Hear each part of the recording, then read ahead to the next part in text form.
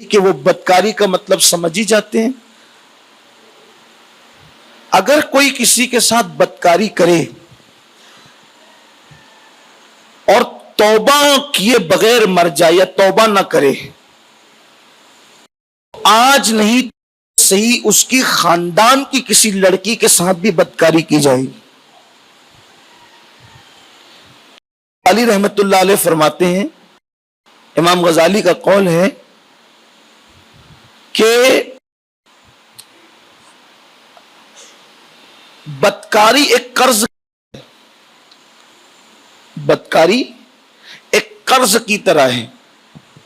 جیسے ہر قرض کو ادا کرنا پڑتا ہے تو بدکاری بھی ایک قرض کی طرح ہے، لیکن فرق اتنا ہے کہ ہر قرض لینے والا اپنی مرضی سے دیتا ہے، لیکن بدکاری وہ قرض ہے کہ اگر تم نے کسی کی گھر کی عورت کے ساتھ بدکاری کی تو تمہاری گھر کی عورت کے ساتھ بھی بدکاری کی جا سکتی ہے.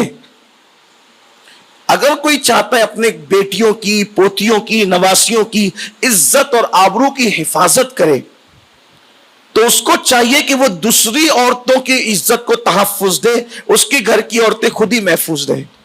اور اگر کوئی یہ سوچتا ہے کہ میں سب جگہ جو وہ جنگلی جانور کی طرح منہ ڈال کر گھاس چرتا رہوں اور میرے گھر کی عورتیں محفوظ رہے، تو ایسا نہیں ہو سکتا. جب یہ حدیث پاک ہے نا، کما تدین تدان، کہ جیسا کرو گے ویسا پاؤ گے، تم بدکاری کرو گے تو تمہارے یہاں بھی بدکاری کی جائے گی. تو محفل کے اندر ایک آدمی بیٹھا ہوا تھا، تو ایسا ہوتا ہے نا کہ کوئی بندہ تقریر کرتا ہے یا نصیحت کرتا ہے تو سب بندے تو اس کو ایکسپٹ نہیں کرتے نا، کچھ لوگوں کو تو وسوسات ہوتے ہی رہتے ہیں. تو ایک نے سوچا یہ مولوی کیا بولتا ہے کہ ہم بدکاری کریں گے اور ہماری گھر کی عورتوں کے ساتھ بھی، ہم تو مالدار لوگ ہیں، ہماری عورتوں پہ ہاتھ ڈالنے کی ہمت کون کرے گا. اس نے سوچا ہم مالدار لوگ، ہماری عورتوں، ہماری طاقت، ہماری قوت، کون ہمت کرے گا، ہمت کون کرے گا. اچھا، اور حضور کی حدیث تھی کما تدین تدان، حدیث کے بارے میں بھی شک کر گیا. اب جب شک کر گیا تو اٹھ کر گیا، اور اٹھ کر جانے کے بعد اس کی سونے کی دکان تھی، زیورات کی. ایک عورت آئی تو اس نے کہا کہ مجھے کنگن بنانے سونے کے، تو کہا ناپ دو.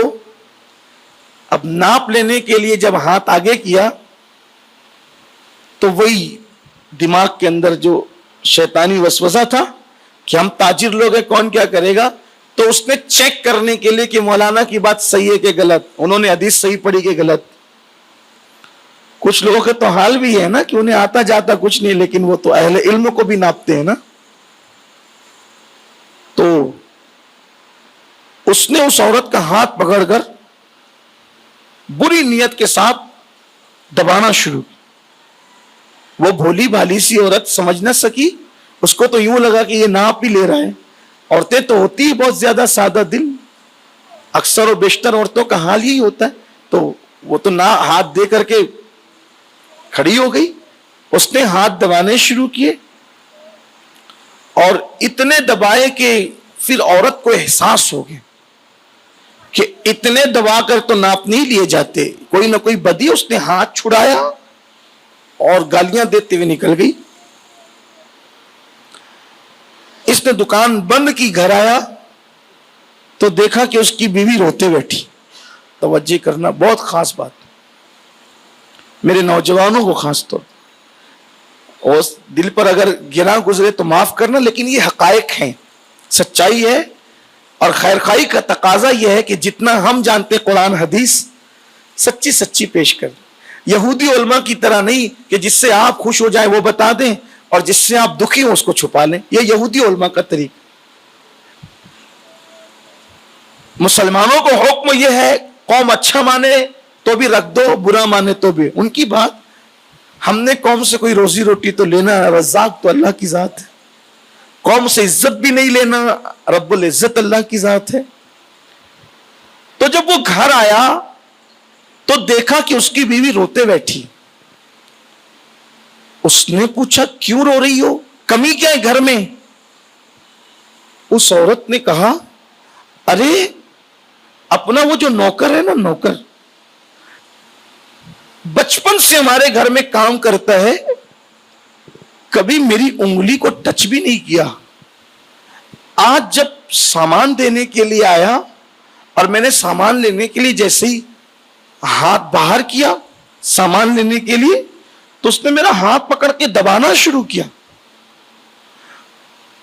شروع میں تو مجھے ایسا لگا کہ شاید یہ نادانی کی وجہ سے ایسا کر رہا ہے، لیکن جب اس نے خوب دبا لیا تو مجھے ایسا لگا کہ یہ بدی کر رہا ہے، تو میں نے فوراً کھینچ لیا ہاتھ، اس کو گالیاں دی، بھاگا۔ فوراً اس نے کہا صدق رسول اللہ صلی اللہ علیہ وسلم، فوراً اللہ کے رسول نے سچ کہا۔ اب بیوی نے تو کہا کہ یہ کیا بات ہوئی، میں نے تمہیں حادثہ سنایا اور آپ کہتے ہو اللہ کے رسول نے سچ کہا۔ کہہ کیا سکتا تھا، کہہ کیا سکتا تھا؟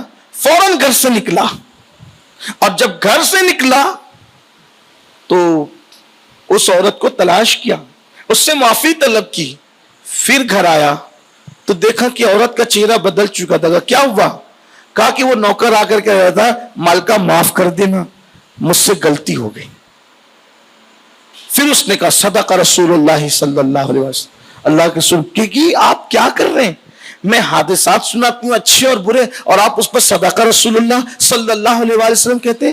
تب اس تاجر نے بتایا کہ ہمارے ایک عالم نے، محدث نے یہ حدیث پڑھی تھی اور انہوں نے یہ بات بتائی، اور میں نے دل میں اعتراض کیا، سو قدرت نے مجھے بتا دی۔